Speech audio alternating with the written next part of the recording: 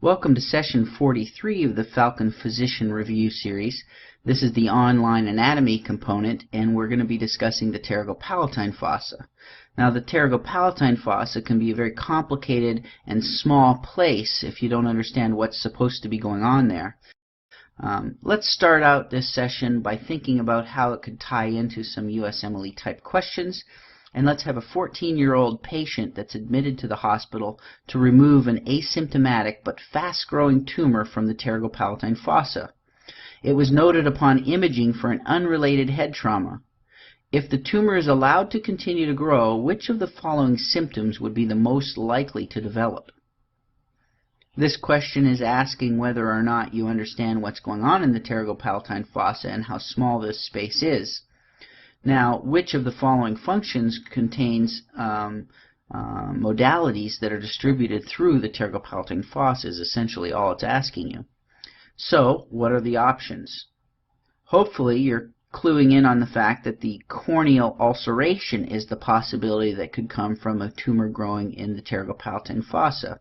This is kind of an indirect component of getting to the answer, though, because what's going to be happening is you're going to lose lacrimation to the lacrimal gland, and after you lose lacrimation, there's an increased risk of corneal ulceration. Sensation to the auricle is provided from the infratemporal fossa and from the cervical plexus. The difficulty chewing is going to be associated with motor cranial nerves, and those are going to be associated with V3 because those muscles of mastication. Difficulty swallowing is going to be pharynx and tongue associated. And then sensory loss to the anterior two-thirds of the tongue is cranial nerve 7 associated. And that's below the corner of the mouth, so it would have to be V3 and 7. So where is the Pterygopalatine fossa? Well, what we have is the concept of the grand central station of the midface. Now, it's certainly not grand, it's quite small, but it really is an inverted pyramid-shaped space which is sitting behind the maxilla and in front of the pterygoid plates of the sphenoid bone. And you can almost see through it with this little triangular inverted pyramid that you can see in the lateral wall. If you look through that area, you would be looking into the Pterygopalatine fossa. So what's the purpose of the Pterygopalatine fossa?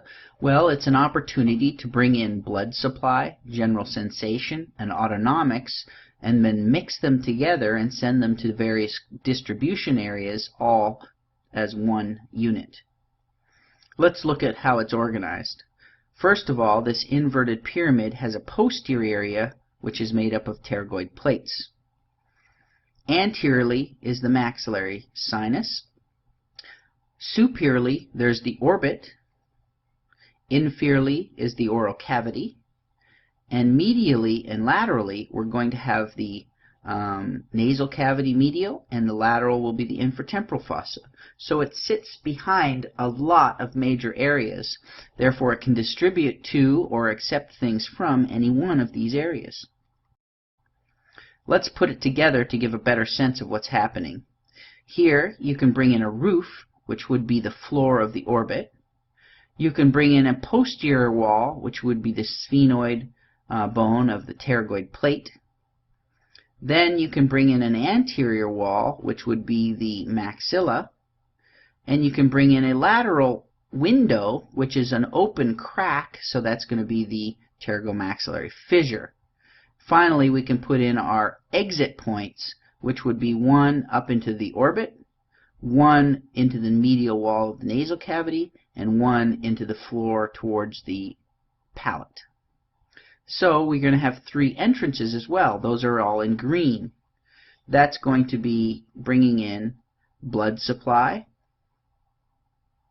through the pterygomaxillary fissure, autonomics through the pterygoid canal, and general sensation through foramen rotundum, which is going to be V2.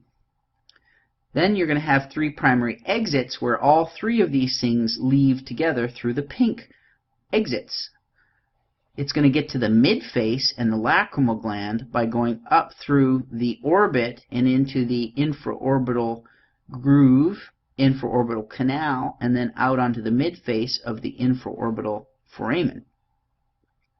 It will drop medially into the nasal cavity through the sphenopalatine foramen, and then it will drop inferiorly into the palate through the palatine canal.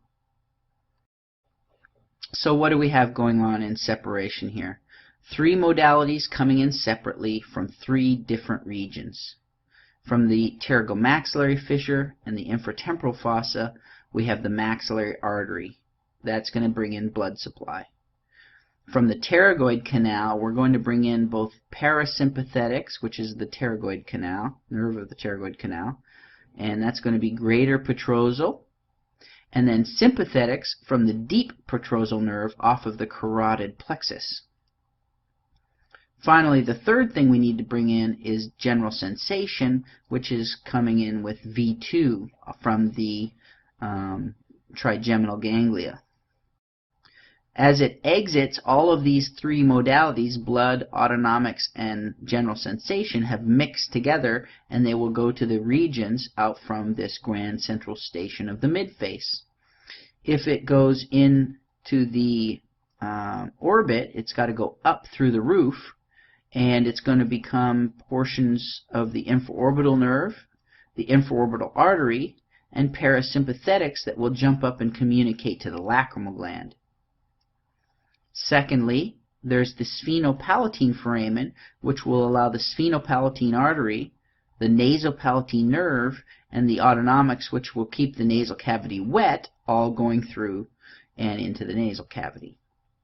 And then finally, there'll be a branch that is dropping down into the palatine canal, which will include the descending palatine artery, the greater and lesser palatine nerves, and general sensation to the palate, as well as the autonomics that